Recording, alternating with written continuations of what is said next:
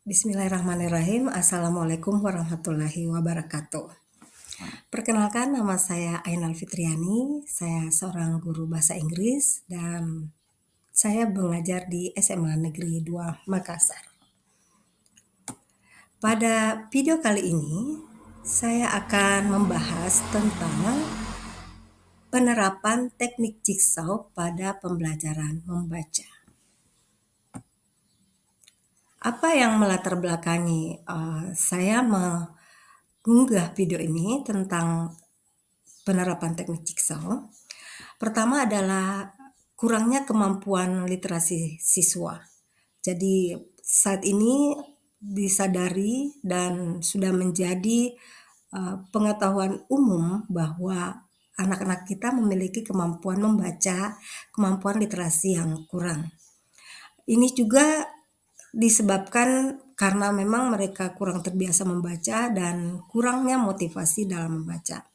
Sehingga sebagai seorang guru perlu kiranya kita mencari teknik-teknik atau menggunakan teknik yang bervariasi dalam mengajarkan membaca kepada siswa kita. Dan salah satu cara adalah teknik jigsaw. Apa itu teknik jigsaw?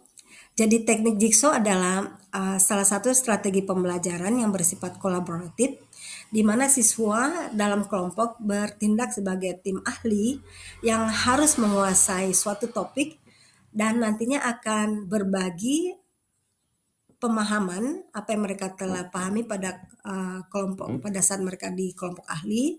Dia akan membagi ilmunya kepada kelompok yang baru yang akan nantinya akan disebut kelompok jigsaw. Nah, jadi mengapa saya berusaha menyampaikan bahwa teknik jigsaw ini bagus? Karena saya juga sudah pernah melaksanakannya di kelas dan dari beberapa kajian pustaka saya mendapatkan beberapa informasi, beberapa info pendapat yang menunjang pentingnya penggunaan teknik jigsaw itu. Jadi banyak hasil-hasil studi yang hasilnya positif bahwa teknik jigsaw sangat baik diterapkan dalam pembelajaran membaca di kelas. Terutama mungkin pembelajaran teknik jigsaw ini bisa diterapkan di beberapa mata pelajaran. Jadi dia sangat versatile atau serbaguna ya di beberapa pelajaran, tetapi dalam bahasa Inggris pengajaran membaca bahasa asing pun sangat bermanfaat. Nah, bagaimana prosedur teknik jigsaw? Jadi ketika kita mengajar di kelas, pertama-tama kita harus memperkenalkan strategi ini kepada siswa kita. Jadi kita harus memperkenalkan bahwa step-step teknik jigsaw ini begini, akan ada beberapa kelompok dan mereka akan dibagi dalam beberapa kelompok dan harus menguasai suatu potongan teks. Namun sebelumnya kita harus perkenalkan juga topik yang akan dijelaskan. Jadi perkenalkan strategi dan topik yang akan diterapkan, lalu kita bentuk kelompok ahli. Nah, terkait dengan pembelajaran diferensiasi dalam pembentukan kelompok ahli ini, kita bisa membagi siswa dalam beberapa kelompok, lalu bahan-bahan bahan materi yang mereka pelajari itu bisa berbeda-beda. Ada yang lebih kompleks khusus untuk yang mampu dan yang sedang mungkin yang volume atau bahan atau materi yang mereka pelajari tidak terlalu rumit, tidak juga terlalu mudah.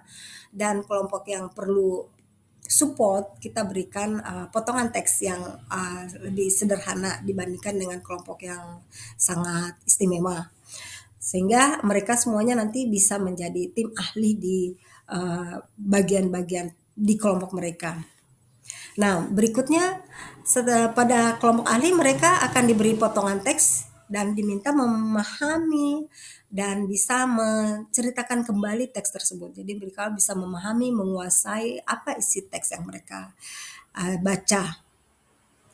Lalu setelah berapa menit kemudian setelah siswa bisa menguasai, kita pastikan kita memberi waktu agar waktu yang dalam satu pertemuan bisa selesai dan anak mampu juga. Lalu kita buat kelompok baru yang disebut kelompok jigsaw.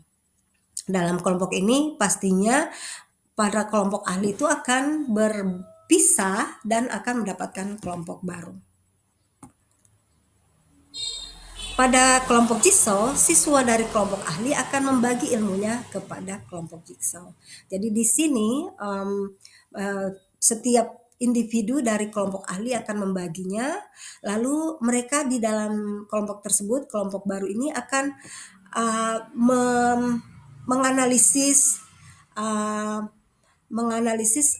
apa informasi apa saja yang mereka telah terima, dan jika sebuah teks mereka akan bisa mengolah dan mengurutkan sebuah teks sehingga mereka dapat figure out teks ini isinya apa dan memahaminya.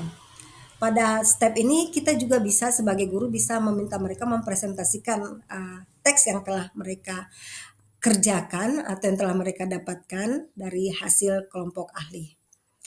Lalu sebagai assessment, tahap berikutnya adalah siswa secara individu mengerjakan teks pemahaman, tugas pemahaman yang disediakan. Jadi pada tahap terakhir adalah sebagai assessment sejauh mana siswa bisa mengerti dari kegiatan teknik jigsaw ini. Nah, dari kegiatan jigsaw ini kita bisa menarik beberapa manfaat, yaitu pastinya satu, meningkatkan kemampuan membaca. Jadi memang anak-anak akan mendapatkan potongan-potongan teks, tetapi mereka bisa dari mereka mendapatkan tanggung jawab untuk menguasai satu potongan teks. Lalu mereka akan membangun satu teks tersebut, menyusun satu teks tersebut secara utuh. Dengan demikian mereka akan merasa mendapatkan ilmu membaca dengan cara yang unik dan menyenangkan. Kedua adalah membangun kolaborasi. Ketiga, mengasah kemampuan berpikir kritis, dan tentu saja karena ini menyenangkan, ini akan membuat siswa termotivasi dalam belajar. Jadi kesimpulannya adalah jadi hal yang bisa kita simpulkan adalah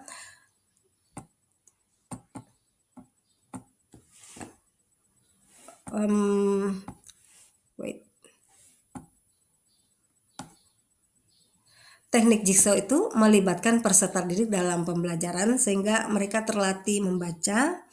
Juga teknik jigsaw meningkatkan kerjasama dan daya analisis peserta didik.